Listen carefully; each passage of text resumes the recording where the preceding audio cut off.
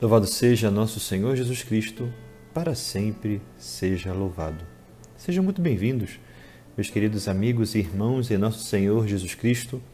Chegamos ao 28º dia do nosso retiro quaresmal, esta bela oportunidade que a providência de Deus está nos brindando de caminharmos juntos, para vivermos unidos ao coração de Cristo o mistério redentor de sua paixão, morte e ressurreição. Como hoje, véspera de São José, nós devemos pedir ao Santo Patriarca, ao Pai adotivo de nosso Senhor Jesus Cristo, que nos ajude a não perder de vista a conversão imediata que a Quaresma deve nos proporcionar. Contem todos com minha oração a São José, pelas intenções, pela família. Rezemos pela Santa Igreja nesse sesquicentenário da sua declaração como patrono da Santa Igreja e peçamos, Ele, terror dos demônios, possa assim derrotar a tantas insídias e a tanta maldade que são enviadas contra nossa alma e coração ou que nós mesmos nos permitimos. Coloquemo-nos em oração para melhor fazermos esse tempo de escuta, de partilha da Palavra de Deus e, especialmente, de encontro amoroso com a sua providência. Pelo sinal da Santa Cruz, livrai-nos Deus, nosso Senhor, dos nossos inimigos. Em nome do Pai, e do Filho, e do Espírito Santo. Amém. Eis-me aqui, ó bom e dulcíssimo Jesus. De joelhos me prostro em vossa presença e vos suplico com todo o fervor de minha alma que vos digneis gravar no meu coração os mais vivos sentimentos de fé, esperança e caridade, verdadeiro arrependimento de meus pecados e firme propósito de emenda, enquanto vou considerando com vivo afeto e dor as vossas 5 chagas, tendo diante dos olhos aquilo que o profeta Davi já vos fazia dizer: ó bom Jesus, traspassaram minhas mãos e meus pés e contaram todos os meus ossos. Hoje, a Santa Igreja nos apresenta, na liturgia desta quinta-feira da 4ª semana da Quaresma, ainda a leitura do capítulo 5 do Evangelho de São João, versículos 31 a 47. Evangelho de São João, capítulo 5, versículos 31 a 47. Leio aos senhores. Se eu der testemunho de mim mesmo, meu testemunho não será verdadeiro. Um outro é que dá testemunho de mim, e sei que é verdadeiro o testemunho que presta de mim. Vós enviastes emissários a João, e ele deu testemunho da verdade. Eu, no entanto, não dependo do testemunho de um homem, mas falo isso para que sejais salvos. Ele era a lâmpada que arde e ilumina, e vós quisestes vos alegrar por um momento com sua luz. Eu, porém, tenho um testemunho maior que o de João, as obras que o Pai me encarregou de consumar. Tais obras eu as faço, e elas dão testemunho de que o Pai me enviou. Também o Pai que me enviou dá testemunho de mim.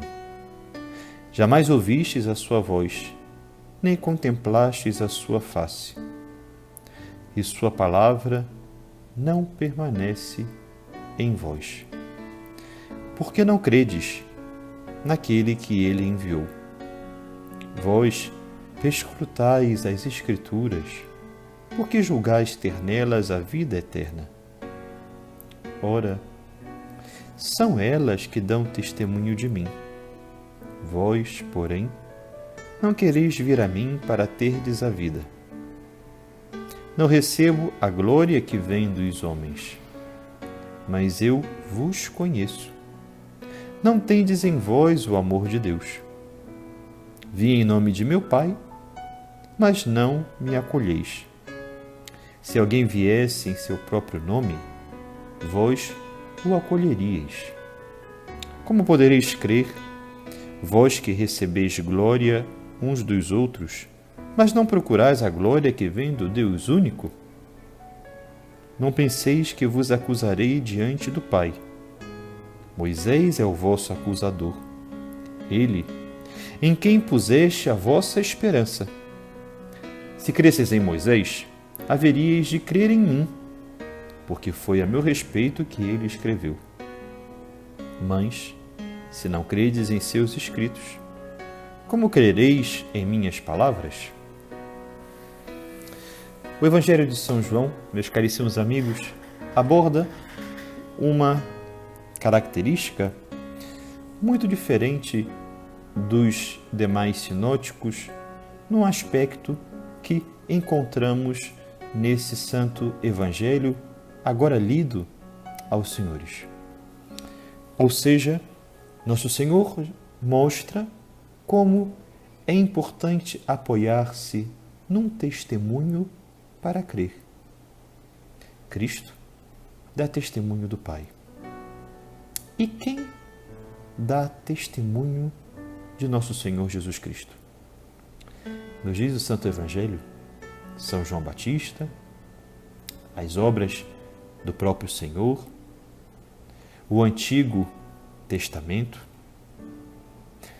Mas devemos justamente aprofundar sobre esse encontro com a veracidade de Jesus Cristo, que está plenamente explicitado pela Escritura Sagrada, que preparava, anunciava a chegada do Redentor, do Messias. Assim, nós temos 3 livros que devem sempre testemunhar a veracidade de quem é Jesus, Salvador e Redentor. Primeiro, como disse, as Escrituras Sagradas. Depois, a vida dos santos. Quando nós encontramos fruto de santidade, descobrimos a riqueza da verdade que possui a graça de Jesus Cristo. Como é importante nesse tempo da Quaresma estarmos lendo a vida de um santo, uma biografia, escolhermos um santo para melhor recorrer à sua intercessão como um verdadeiro baluarte, como um amigo confidente para as nossas lutas. Mas também nós temos um terceiro livro, além das Escrituras, da vida de um santo, nós temos o livro da nossa consciência. Não a consciência como é compreendida no tempo moderno, que é essa justificação da nossa subjetividade excessiva. A consciência como lugar onde a voz de Deus fala e com clareza nos purifica. Como temos vivenciado a amizade com as Escrituras, que anunciaram e como um livro sagrado mostram a plenitude da verdade de Cristo. Como temos recorrido aos santos para, na escola deles, não somente imitá-los, mas decidirmos por seguir a Jesus. Como temos educado e purificado a consciência para não vivermos de justificativas, mas sim da melodia da voz de Deus. Diz-nos o Santo Evangelho, tão próprio e característico de São João. É fundamental apoiar-se no testemunho para crer. Apoiemo-nos na Palavra de Deus, na vida dos santos e na retidão de nossa consciência para descobrir esse testemunho da vida de Jesus. Já vamos nos aproximando da quinta semana da Quaresma, a reta final do nosso tempo quaresmal. Amanhã, solenidade de São José, teremos uma meditação em honra a São José, no ano josefino, promulgado, proclamado pelo nosso amado Papa Francisco.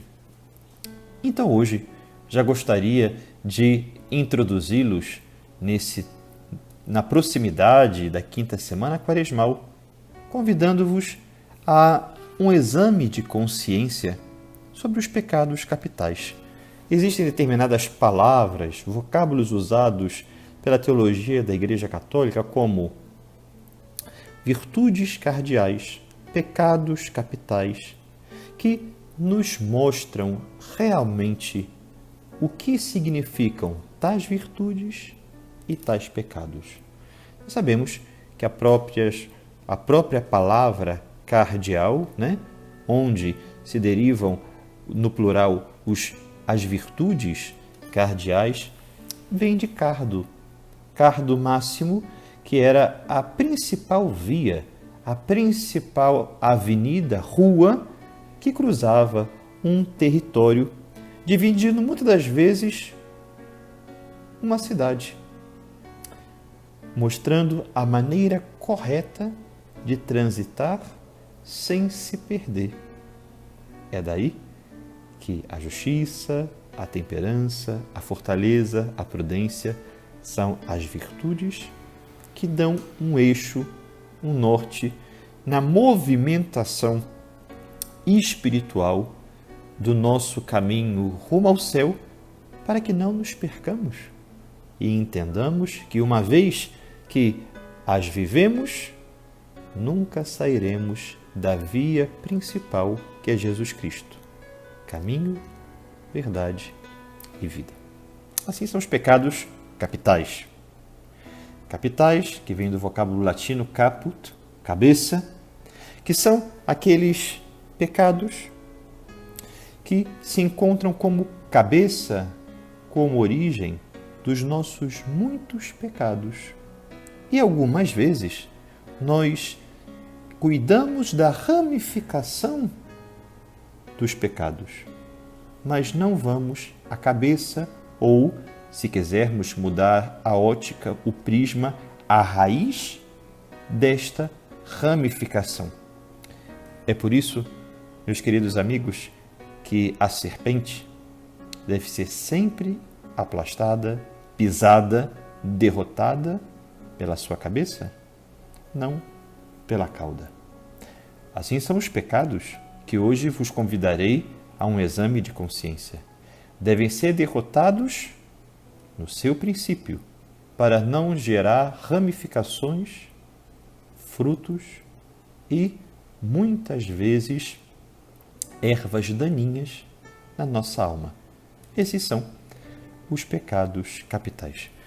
Os dois pecados capitais que logo abordo é a soberba e a luxúria. A soberba é a luxúria do espírito. A luxúria é a soberba da carne. Quantas vezes, meus queridos amigos, seja na nossa falta de humildade, na nossa vanglória, nós não temos o controle, nós não conseguimos perceber o quanto somos egoístas e admiramos e nutrimos excessivamente o nosso eu, tal como muitas vezes, com a luxúria que é a soberba da carne, nós desvirtuamos a nossa sexualidade, fazendo com que o corpo seja idolatrado perante a alma e muitas vezes porta de pecado na não vivência da virtude da castidade, que é esta força que justamente deve pesar sobre o corpo para nos levar a alçar voos longínquos, altos, grandiosos pela liberdade. Liberdade não segundo a nossa própria lei ou os nossos caprichos. Liberdade não somente perante a nossa tendência teimosa, porque seja a soberba, ou seja o pecado capital de luxúria, existe uma grande teimosia escondida, uma dificuldade de renunciar à própria vontade e um vício, nada mais, nada menos, de julgar muito a si para querer ser melhor e estar bem, mas esquecendo que o melhor e toda a glória pertence a Deus. Não somos o centro. Deus é quem merece toda a atenção. O pecado da soberba e o pecado capital da luxúria, ambos pecados capitais, são como irmãos gêmeos. Um no corpo, outro no espírito. Falta de domínio pessoal, teimosia que gera um par de algemas, fazendo com que todos nós sejamos cada vez mais o altar dos nossos desejos. No apetite sexual, nas escolhas equivocadas, até mesmo no excesso de razão que damos a nós mesmos, fechando os ouvidos à voz de Deus e à voz do próximo. São Bernardo de Claraval nos diz que tanto a soberba como a luxúria, esses dois pecados capitais, estão vinculados a um desconhecimento próprio de nós mesmos e de Deus. A pessoa luxuriosa, como o indivíduo soberbo, são tão desesperados e, ao mesmo tempo, tão autossuficientes que vivem o voluntarismo da alma no corpo e, por isso, não conseguem ser puros. São inimigos da castidade. Necessitam realmente desvirtualizar o que é a sexualidade humana para um mero instinto ou apetite. E é justamente o contrário que nós somos convidados por Deus a fazer uma leitura reta, honesta, do que é a sexualidade e a afetividade de um homem e de uma mulher, que é a educação para o amor, que tem uma missão de meio, de instrumento para alcançar o fim de uma vocação. E nunca deixam em si o exercício da afetividade e da sexualidade, nunca deixam em si, quando estão ordenados, o fim, mas sempre apontam para o fim da vontade de Deus. Por isso, temos almas convidadas ao celibato, temos almas convidadas à paternidade e à esponsalidade, temos almas que estão chamadas à continência, ao celibato e castidade propter regnum caelorum, para o reino dos céus. Mas a castidade é virtude de todas as vocações e é antídoto contra a luxúria.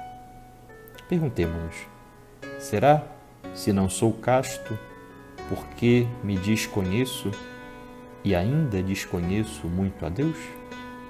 Peça nessa quaresma a graça de conhecer-se mais e de conhecer muito mais ao coração de Deus. Assim como temos o pecado da avareza, que, infelizmente, muitos podemos passar, sofrer com ele, porque tiramos uma rápida conclusão de que não possuímos as coisas, mas são as coisas que mandam e possuem o nosso coração. Ou seja, assim como a soberba e a luxúria tendem a fazer da alma e do corpo um objeto de negociação, o mesmo é a avareza. Faz com que nós possamos ter coisas que são um fim em si mesmas. E quando as coisas que temos são um fim em si mesmas e não um meio, na verdade, nós não temos liberdade para com elas. não sabemos usá-las. Por exemplo, como o dinheiro. Ou podemos ser muito mesquinhos ou tacanhos, ou gastadores. Em ambas as situações, sempre existirá um apego. O apego nos impede de viver na luz. Sempre existe obscuridade. O que não pode ser iluminado, o que não admite luz, é porque a penumbra está guardando um pecado que nos incomoda. Seja gastar muito ou ser tão apegado a ponto de viver a avareza, nós nunca teremos o domínio que Deus deseja para que as coisas sejam a um bem comum e não as coisas sejam escravas da nossa vontade. Porque a avareza é, ao mesmo tempo, a falsa escravidão, que parece nos atar, mas, no fundo, ela nos destrói. Porque, além de não possuirmos liberdade, nós somos incapazes de saber desfrutar das coisas como, assim, elas foram criadas. Existe um outro pecado capital, que é a inveja, tão presente em muitos ambientes, até mesmo dentro da Igreja Católica, que nós precisamos lutar contra ela, seja na família, dentro do mercado de trabalho, na Igreja Católica, seja com aqueles que conhecemos. E ela existe porque a tristeza, o sofrimento, o desânimo são gerados uma vez que pecamos contra o Espírito Santo, não aceitando o que Ele nos dá e, ao mesmo tempo, não querendo deixar de competir com a vida alheia. O bem do outro sempre nos gera ressentimento. Veja, uma pessoa invejosa é sempre aquela que censura, possui algum comentário azedo sobre a vida alheia. Um propagador de fofocas é assim. No fundo, existem muitas fofocas porque inveja. Será que apreciamos de verdade as pessoas? Ou temos essa duplicidade de gosto, de afeto? Porque, na verdade, a inveja mostra as virtudes do invejado, mas os defeitos do invejoso. Meus queridos amigos, a ira também precisa estar como um pecado capital em nosso exame de consciência quaresmal. É esse movimento impetuoso, desordenado da alma ferida. Pela ira, nos vemos muitas das vezes com a razão, mas passado o tempo, nos revemos arrependidos. Além de perdermos o equilíbrio mental pela cólera, pela ira, nós não possuímos a paciência devida para sermos livres no juízo e esperarmos com tempo a conclusão correta de como encaixar o que nos fez mal e devolver a Deus para transformar num bem. Sempre desejamos consertar e ajustar com as nossas medidas ou parâmetros. Da ira, nós não podemos deixar de falar da gula, que é essa falta de moderação sempre muito vinculada à comida ou à bebida, mas que nós também podemos vincular ao uso das coisas e ao consumo, porque a gula é o abuso de prazer que Deus concedeu às coisas. As coisas devem e podem nos causar satisfação, mas comemos para viver ou vivemos para comer?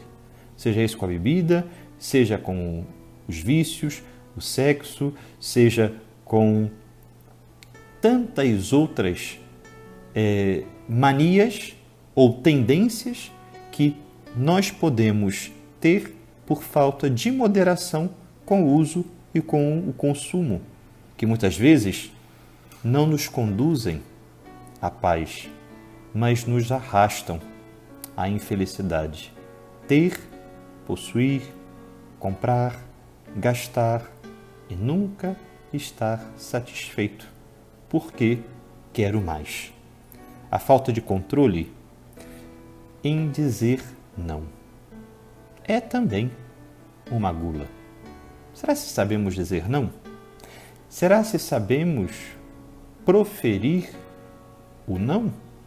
Não sempre ao outro e a nós necessita ser mensurado na qualidade e na quantidade.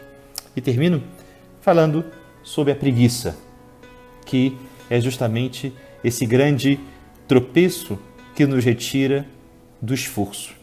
A preguiça é esse pecado que debilita a nossa capacidade vigilante de esforçarmos-nos e nos faz tão cúmplices da comodidade, não somente material, como alguns tendem a ver, mas da comodidade da malícia. Malícia também é pecado de preguiça, porque a preguiça está muito vinculada a uma falsa paz gerada pelo maligno. Cuidado! Nós, quando nos deixamos levar pela tibieza e pelo descuidado com a alma, somos homens e mulheres extremamente preguiçosos, debilitados na vigilância do amor, da prática do bem, porque vivemos incólumes, ninguém nos incomoda e o nosso esforço é justamente não fazer esforço e não ser incomodado. Que a sua vida seja marcada por fazer, por sempre ser recordado como aquela pessoa que está pronta para fazer, para estender a mão e não para não ser incomodada. Até porque aqueles que não são incomodados de verdade nunca possuem tempo para Deus, para o próximo e para si, somente para o pecado. Vamos agora terminar esse 28º dia do nosso retiro quaresmal, rezando a oração do Papa Clemente XI. Meu Deus, eu creio em vós, mas fortificai a minha fé. Espero em vós, mas tornai mais confiante a minha esperança. Eu vos amo, mas afervorai o meu amor. Arrependo-me de ter pecado, mas aumentai o meu arrependimento. Eu vos adoro como primeiro princípio. Eu vos desejo como fim último. Eu vos louvo como benfeitor perpétuo. Eu vos invoco como benévolo defensor. Que vossa sabedoria me dirija, vossa justiça me contenha, vossa clemência me console, vosso poder me proteja. Meu Deus, eu vos ofereço meus pensamentos, para que só pense em vós, minhas palavras, para que só fale em vós, minhas ações, para que sejam do vosso agrado, meus sofrimentos, para que sejam por vosso amor. Quero o que quiserdes, como o quereis, porque o quereis e enquanto o quereis. Abençoe-vos Deus, Todo-Poderoso, Pai e Filho e Espírito Santo. Amém. Até amanhã, se Deus quiser, nosso 29º encontro do Retiro Quaresmal. Louvamos a Deus pela sua vida, agradecendo pelas suas lutas, pelas nossas lutas, pelos bons propósitos que esse retiro tem gerado em nosso desejo de conversão. E amanhã, um dia inteiro em honra a São José, com muitas homenagens. Ide a José. Ele, como bom guardião da dispensa da providência divina, tem o melhor dessa dispensa reservada aos senhores. Deus os abençoe.